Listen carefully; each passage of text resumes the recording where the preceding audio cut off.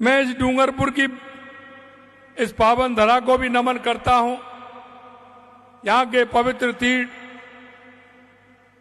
बेणेश्वर धाम जी, महावजी महाराज और क्षेत्रपाल हनुमान जी महाराज जी को भी मैं नमन करता हूं।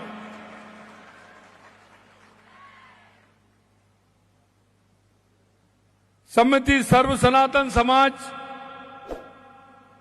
खड़गदा द्वारा नदी संरक्षण एवं संवर्धन के लिए आयोजित राम कथा का श्रवण कर मुझे एक अपार, जो मैं देख रहा हूं, आध्यात्मिक सुख मिल रहा है।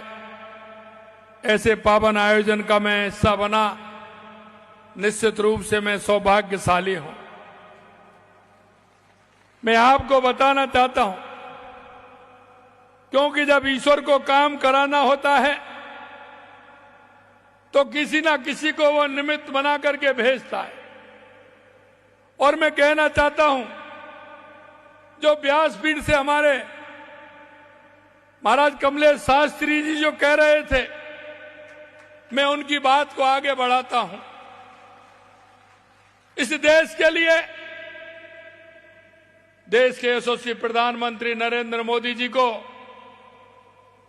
एक उस कार्य को करने के लिए, क्योंकि आपने देखा था 2014 से पहले हमारे देश की स्थिति क्या थी, और आज आप देख रहे हैं 2014 के बाद हमारे देश की स्थिति बदली है। चाहे वो कोई भी क्षेत्र, हमारी गरीब कल्याण की योजनाएं हो, हमारे विकास की योजनाएं हो, दुनिया में नक्सलवाद आतंकवाद का खात्मा हो, या दुनिया में बढ़ता हुआ भारत का गौरव हो, वो आप महसूस कर रहे होंगे। इसलिए मैं कहता हूं कि राम कथा की कितनी बड़ी महिमा है। इसे लेकर तुलसीदास जी ने भी लिखा है कि राम कथा शिव जी को नर्मदा जी के समान प्रिय है। यह सब सिद्धियों तथा सुख संपत्ति की राशि है। देवताओं को उत्पन्न और पालन पोषण करने वाली माता अदिति के समान रघुनाथ जी की भक्ति और प्रेम की परम सीमा सी है।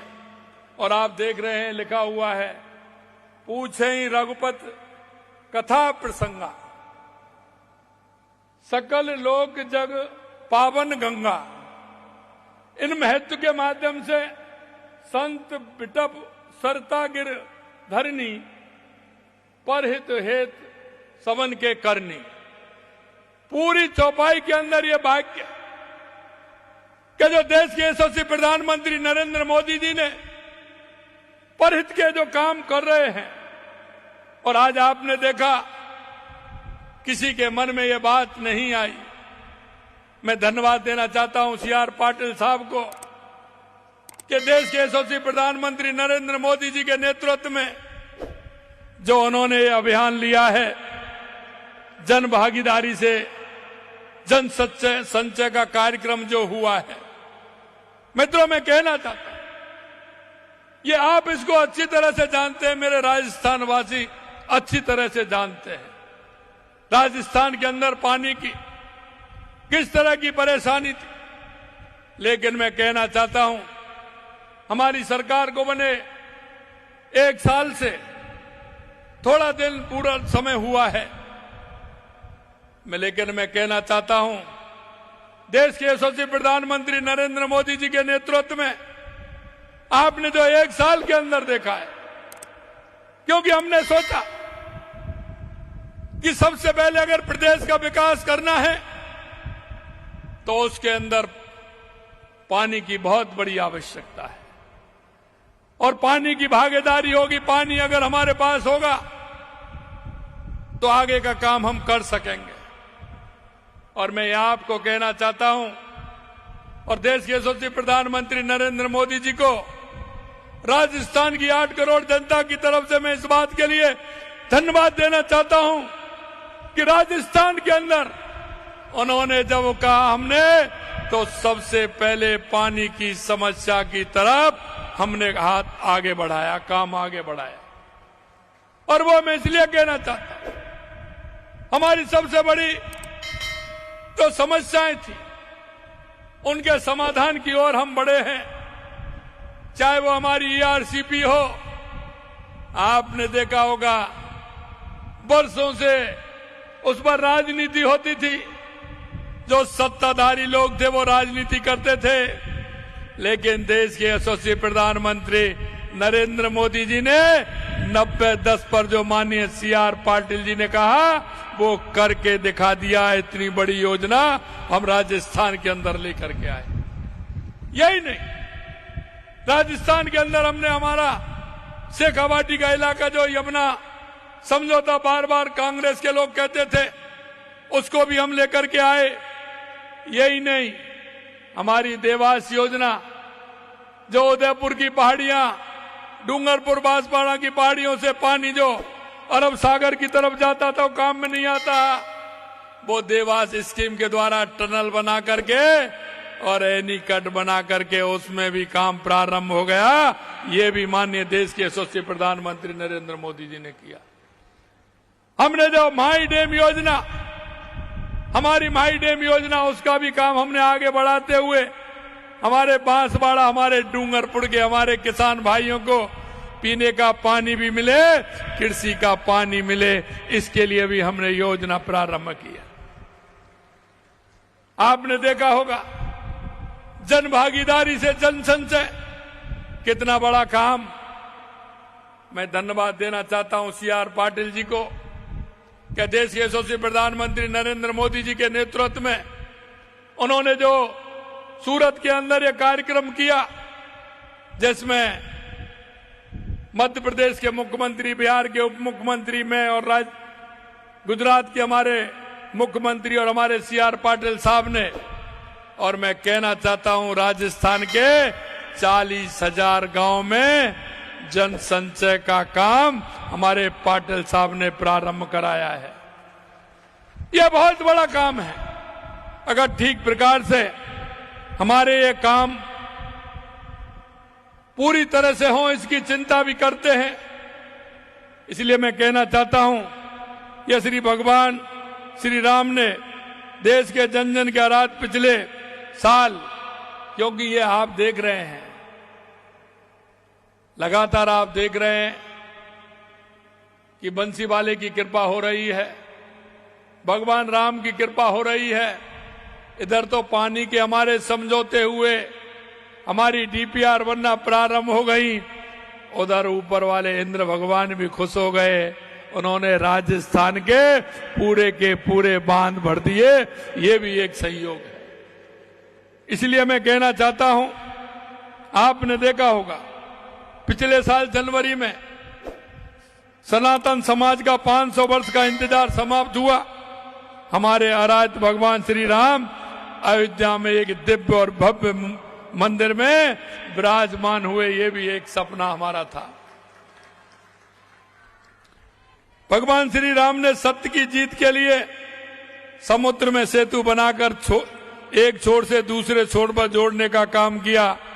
भगवान राम का काम करने वाले यशस्वी प्रधानमंत्री नरेंद्र मोदी जी आम आदमी को पानी उपलब्ध कराने के लिए नदियों से नदियों जोड़ने का काम हमारे प्रधानमंत्री जी कर रहे हैं। और अभी आपने देखा 17 दिसंबर को हमारे यहाँ कार्यक्रम था और 25 दिसंबर को मध्य प्रदेश के अंदर कार्यक्रम था। नदियों से नदियों जोड़ करके आम आदमी की जन भागीदारी उसमें कैसे बने, इसके लिए हमारे देश के यशस्वी प्रधानमंत्री ने किया है। मैं मोरन नदी सदियों से खड़गदा एवं आसपास के क्षेत्र में पेयजल सिंचाई की जरूरतें पूरी कर रही है। यह क्षेत्र की जीवन रेखा के समान है। इस नदी के संरक्षण एवं संवर्धन का ग्रामीणों ने जो बीड़ा उठाया है, नदी का सफाई का अभियान जो शुरू किया है, यहाँ के बासिंदों ने 9 महीने के अथक मेहनत और अपने दृढ़ संकल्प से 1 किलोमीटर के दायरे में मोरन को चौड़ा और गहरा कर नदी में जल उपलब्धता बढ़ाई है। मैं सभी ग्रामवासियों को और महाराज जी को और आप सभी को मैं बहुत बहुत धन्यवाद देता हूं, बहुत बहुत बधाई देता हूं। मेरी सभी आमजन से अपील है कि गांव में उपलब्ध पेयजल की पारंपरिक स्रोत जैसे कुएं, तालाब, बावड़ी, नदी आदि के संरक्षण के लिए सहभागिता से काम करें, ताकि हम इस पीढ़ी और आने वाली पीढ़ी को स्वच्छ पेयजल उपलब्ध करा सकें। खड़गदा वासियों और इस आयोजन से जुड़े सभी महानुभावों को बहुत बहुत आभार भी व्यक्त करता हूं, जिन्होंने इस आयोजन के माध्यम से इस क्षेत्र और समस्त प्रदेश के लोगों को यह संदेश दिया है कि स्थानीय पारंपरिक जल स्रोतों का संरक्षण किया जाना बहुत आवश्यक है। साथियों, हमारी सरकार प्रदेश में पेयजल और सिंचाई के लिए जल उपलब्धता बढ़ाने के लिए संकल्पित भाव से काम कर रही है। प्रदेशवासियों के लिए खुशी की बात है, जैसा मैंने कहा कि हाल ही में देश के यशस्वी प्रधानमंत्री जी ने प्रदेश की ERCP PKC लिंक परियोजना की सौगात दी है और हम इस परियोजना को पूरी निष्ठा से के साथ पूरा करेंगे। इस परियोजना से प्रदेश की 40% आबादी को पेयजल संकट से मुक्ति मिलेगी। हमने शेखावाटी के लिए भी काम किया और हमने यमुना जल समझौता भी हमने इसमें किया है। गांव में ही पानी का संचय हो, इसके लिए भी हम काम कर रहे हैं। देश के यशस्वी प्रधानमंत्री नरेंद्र मोदी जी, जल शक्ति मंत्री CR पाटिल साहब ने कर्म भूमि से जन्मभूमि कार्यक्रम की जो पहल की है, जिससे प्रवासी भाई बहनों द्वारा गांव में भूजल रिचार्ज हेतु सहयोग दिया जा रहा है और बढ़ चढ़ के हिस्सा जो लिया जा रहा है, उसके लिए भी मैं उनको धन्यवाद देता हूं कि वो मातृभूमि के लिए और कर्म भूमि से आकर के काम कर रहे हैं। हमारे दिनेश भाई भी यहाँ हैं, जो बहुत ही मेहनत के साथ इस काम में लगे हुए हैं। इस मंच के माध्यम से मैं सभी प्रवासी भाई बहनों से इस पहल को बढ़ चढ़ के हिस्सा लेने की अपील भी करता हूं। हमारी सरकार जल जीवन मिशन के तहत हर घर नल का काम जल पहुंचाने का प्रयास कर रही है। इस मिशन के तहत डूंगरपुर जिले में लगभग 77,000 कनेक्शन दिए जा चुके हैं। जिले में 96 गांव के में 100% नल कनेक्शन लगभग हुए हैं। डूंगरपुर के 93% स्कूलों में नल कनेक्शन दिए जा चुके हैं। सरकार हर घर नल का पानी पहुंचाने के अपने लक्ष्य पर तेजी से आगे बढ़ रही है। मैं आपसे इतना ही कहना चाहता हूं, हमारी सरकार ने डूंगरपुर जिले के विकास के लिए 2024-25 के बजट में कई महत्वपूर्ण घोषणाएं की हैं। हम इन घोषणाओं को तेजी से धरातल पर उतारने का काम कर रहे हैं। और अभी हमने 5-6 दिन पहले सभी संभागों की बैठक ली थी, जिसमें हमारा डूंगरपुर बांसवाड़ा के हमारे जनप्रतिनिधि भी थे। हमने कहा जो हमने घोषणा की है उसकी जमीन आवंटित हो जानी चाहिए और हमारा दूसरा बजट आए उससे पहले उसकी फाइनेंस स्वीकृति भी निकल लानी चाहिए। ये हमने सभी को निर्देश दिया है। इन महत्वपूर्ण घोषणाओं में सागबाड़ा जन स्वास्थ्य अभियांत्रिकी विभाग का खंड खोलने, पेयजल के लिए विधानसभा क्षेत्र में 2 वर्ष में कई ट्यूबवेल और हैंडपंप भी लगने वाले हैं और सोम कमला अम्बा भीकाबाई सागबाड़ा फीडर परियोजना पर 125 करोड़ रुपए देकर 19,225 हेक्टेयर कमांड क्षेत्र में सिंचाई सुविधा उपलब्ध कराए जाने की भी स्वीकृति हमने प्रदान की है। डूंगरपुर में 44 करोड़ की लागत से शिल्पग्राम बनाया जाएगा। इससे स्थानीय कलाकार जैसे सोमपुरा मूर्तिकारों, बासठ बांस की लकड़ियों से कलाकृति बनाने वाले एवं परेवा पत्थरों से कलाकृति बनाने वाले कलाकार एवं अन्य प्रतिभाओं को जिला स्तर पर मंच एवं प्रोत्साहन प्राप्त होगा। साथ ही जिले में पर्यटन को बढ़ावा भी मिलेगा।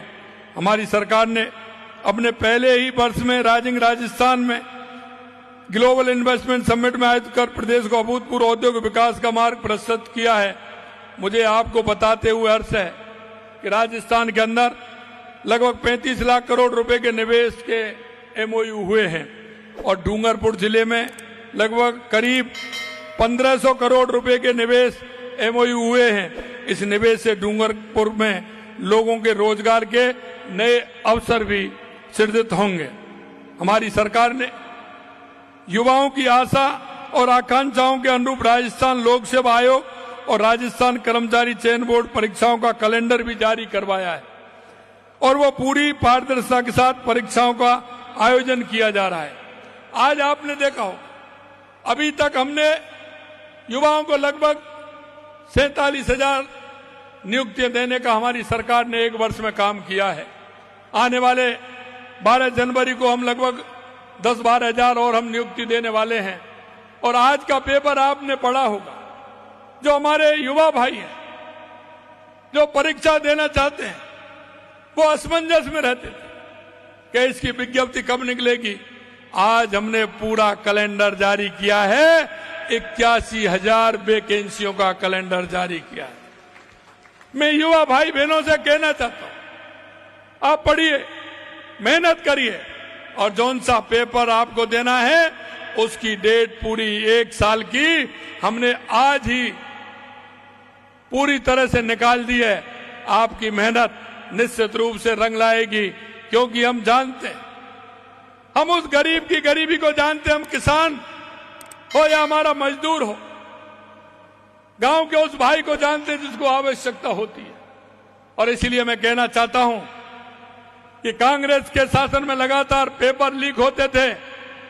मित्रों, मैं कहना चाहता हूं 1 साल हो गए, पेपर भी खूब हुए हैं, लेकिन एक भी पेपर कोई आउट नहीं हुआ। यह मैं आपको विश्वास दिलाना चाहता हूं। राज्य के युवाओं को मैं भरोसा दिलाता हूं कि उनके सपने को पूरा करने के लिए हमारी सरकार कोई कोर कसर नहीं छोड़ेगी। मैं डूंगरपुर जिले के इस आयोजन के आयोजनकर्ता एवं कथावाचक कमलेश भाई शास्त्री जी का बहुत बहुत आभार व्यक्त करता हूं, जिन्होंने इस प्रकार के आयोजन से पूरे समाज एवं क्षेत्र में एक अच्छा संदेश दिया है और हमारी भावी पीढ़ी भी नदियों एवं स्थानीय जल स्रोतों के संरक्षण में एवं संवर्धन के लिए अपनी जिम्मेदारी भी महसूस करेगी। यह उस भगवान राम की कृपा है। लेकिन जब मैं ये बात कहता हूं तो कई लोग कहते हैं, कई लोग प्रश्न चिन्ह उठाते हैं और वो मंदिरों को जाने को भी कहते हैं कि मुख्यमंत्री तो मंदिर पर जा रहे हैं। मैं उनको कहना चाहता हूं कि काम कराने वाला वो ही होता है, और अगर नहीं है तो आज देख लीजिए कि इस राम कथा के माध्यम से डूंगरपुर में कितना बड़ा काम हुआ है, ये उनको बता दीजिए। मित्रों, अगर हमारे मन में जो भाव है और जिस कल्पना के साथ हम काम करते हैं, मैं आपको विश्वास दिलाता हूं ईश्वर उसकी उतनी ही मदद करता है। और इसलिए मैं कहना चाहता हूं कि हमारी सरकार को 1 साल हुए हैं। आप देख सकते हैं हमने जो कहा था और हमारे संकल्प पत्र में जो वायदे हमने किए थे, हम उन वादों को 50 और 55% से ऊपर वायदे हमने 1 साल के अंदर पूरे किए हैं। 1 साल के अंदर पूरे किए। हम राजस्थान के युवाओं को जो हमने कहा था कि 1 साल के अंदर हम 1 लाख नौकरियां उनको देंगे, 5 साल के अंदर 4 लाख सरकारी नौकरियां हम देंगे, 6 लाख हम प्राइवेट नौकरियां उनको देंगे। मैं राजस्थान के माध्यम से आपको बताना चाहता हूं कि हर जिले में राजस्थान हुआ है। हमारी सरकार कृत संकल्प है, जो हमने एक वायदा किया है, देश के यशस्वी प्रधानमंत्री नरेंद्र मोदी जी के नेतृत्व में एक वायदा पूरा करेंगे, एक वायदा पूरा करेंगे। मेरे मन में डूंगरपुर, बांसवाड़ा, प्रतापगढ़, इस बागड़ क्षेत्र के लिए जो मेरी कल्पना है, मैं कई बार मैं यहां आया हूं और मैंने बताया है कि ये मेरा क्षेत्र ऐसा है कि कितना कह सकता हूं, उन लोगों की तरह तो नहीं कह सकता कि आलू से सोना बना सकते हैं, वो तो मैं नहीं कर सकता। लेकिन एक बात जरूर मैं आपको विश्वास दिलाना चाहता हूं, कि यहाँ का जो जल संचय का कार्यक्रम चल रहा है और जो हमारे माननीय जल शक्ति मंत्री CR पाटिल जी ने कहा है, निश्चित रूप से राजस्थान सरकार के पूरे द्वार खुले हुए हैं। उसके माध्यम से हमारे इस बागड़ की धरती सोना जरूर उगल सकती है, ये मैं आपको विश्वास दिलाता हूं। और यहाँ के जो पर्यटन स्थल हैं, मैंने उनके लिए भी पैसा मंजूर किया है और एक राह आज और दिखाई है। और इस कथा के माध्यम से कहना चाहता हूं कि जो 20 किलोमीटर का एरिया आपने कहा है कि इसको बेणेश्वर धाम से जोड़ करके, मानगढ़ धाम से जोड़ करके इसका भी अच्छा काम करेंगे, हमारी सरकार पूर्ण रूप से तैयार है। चाहे वो पर्यटन की दृष्टि से हो, चाहे वो नदियों की संरक्षित की दृष्टि से हो, या पानी देने की दृष्टि से हो, ये हमारा बागड़ का क्षेत्र सोना उगले और हमारे युवाओं के रोजगार के ज्यादा से ज्यादा साधन उपलब्ध हो, इसके लिए हमारी सरकार कृत संकल्प है। मैं अंत में एक ही बात कहना चाहता हूं और वो मैं ये कहना चाहता हूं कि कुछ लोग हैं जो इस बागड़ के युवाओं को भड़काना चाहते हैं। मैं आपके माध्यम से और व्यासपीठ के माध्यम से इतना ही निवेदन करना चाहता हूं कि उनको भटकने की आवश्यकता नहीं है। हमारी सरकार इस बागड़ क्षेत्र में रोजगार उपलब्ध कराएगी और उनको आगे दिशा देने का काम करेगी। अगर किसी तरह से कोई भी अगर कमी है, मैं कहना चाहता हूं आप आइए, हमारे युवाओं को आगे बढ़ाइए। शिक्षा के क्षेत्र में भी हमारी सरकार किसी तरह से कोर कसर नहीं छोड़ेगी और हमारा ये बागड़ का क्षेत्र बहुत उपजाऊ क्षेत्र है, इसको हम कैसे हर दृष्टि से आगे बढ़ाएं, ये हमेशा मेरे मन में रहती है। और जब भी मैं आता हूं कुछ ना कुछ दे करके जाता हूं। आज आपने ये कहा है, हमारी सरकार कृत संकल्प है, उस काम को भी हम आगे बढ़ाने का काम करेंगे, ये मैं आपको विश्वास दिलाता हूं। पुणे में जो राजस्थान के अंदर लगातार काम हो रहे हैं, इसके लिए देश के यशस्वी प्रधानमंत्री नरेंद्र मोदी जी को मैं राजस्थान की जनता की तरफ से बहुत बहुत धन्यवाद और साधुवाद देना चाहता हूं। और हमारे आज जल शक्ति मंत्री CR पाटिल जी आए हैं, उनको भी पुनः एक बार स्वागत और अभिनंदन करता हूं। आप सभी लोगों के एक साथ मुझे दर्शन के लाभ मिले, इसके लिए मैं महाराज जी व्यासपीठ को और भाई विवेक जी को और राम कथा समिति को धन्यवाद देना चाहता हूं कि एक साथ आप सभी लोगों के दर्शन करने का मुझे सौभाग्य मिला। इतनी बड़ी संख्या में माता बहनों के दर्शन का सौभाग्य मिला, निश्चित रूप से मैं धन्य हुआ। बहुत बहुत धन्यवाद। जय हिंद, जय भारत, जय श्री राम।